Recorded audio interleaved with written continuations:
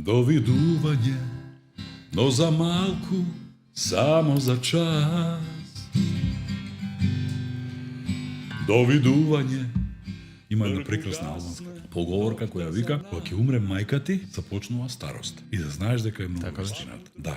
Мајка ми кога умре, јас имав 34 години, но веднаш набргу после тоа се почувствував како да имам 64 години. Кога изгубиш родител кој пред твоите очи исчезнува, го снемува, Анче умре, помалку од 40 кила имаше жената. Тоа беше лошо за гледање, лошо за... Не му го пожелувам тоа никому. Кај Џамбас беше обратно. Џамбас падна на пазар да ми купи маџунија кој имам 16 тегливо, тако, па си ги скрши раце. Таква приказна е таа. Мајка ми умира на денот на 35 годишнината од нивниот брак. Татко ми спиеше таму во болницата, ја буди во договорено време заради терапијата и она ги отвора очите и Џамбас и го става цветот на градите што ја го купил и она само го помилувала за раката и само го испуштила последното тоа што го имала. Ја мислам дека мајка ми, не сакајки, ја одложи својата смрт само за да дочека да се јави Тања, сестра ми, дека ја примиле таму и таму на работа во Австрија, на тоа место кај што она очекуваше. А јас 2 дена пред да умре ја донесов книгата посветена на неа. Тоа сум јас, посветена на мојата мајка Анче. И она ја виде книгата, ги виде првите 2-3 страни, таа насмевка никогаш нема да заборавам. После 2 дена си очи како да чекаше, како да ја одложи смртта,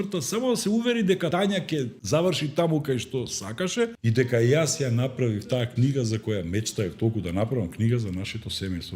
А сега оди, сакам тивко да те сонам, довидување, збор што значи врати се ти. Довидување, само сонот нас ке не дели, ке биде мало, само празно разделување, па ке почувствуваш дека си ми се. Довидување.